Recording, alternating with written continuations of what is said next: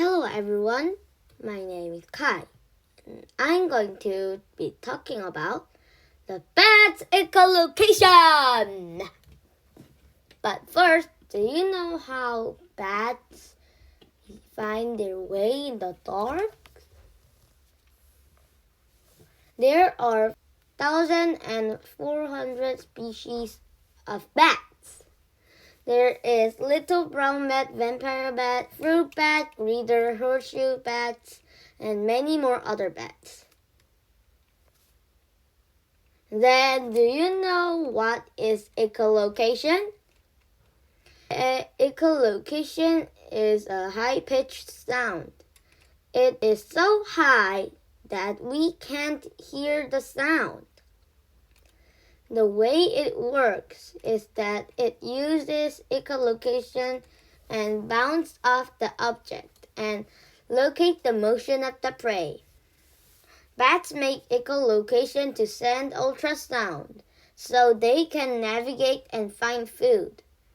Do you know why bats use echolocation?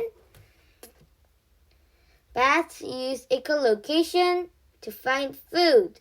Bats use echolocation to find female. I wrote 6 types of bats: little brown bat, vampire bat, fruit bat, reader, horseshoe bats. But only fruit bats don't use echolocation. The types of sound has frequency and amplitude, and there is also reflection, timbre, and high frequency and low frequency. Did you know that COVID-19 was caused by bats are losing their habitats because people are destroying forests? Bats have no choice but to live closer to humans.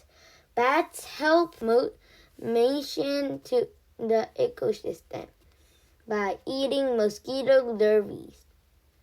In this way, bats are beneficial animals. I used to think that bats only carry virus, but after learning about how they use echolocation for various reasons, I realized that bats are essential creatures in the ecosystem.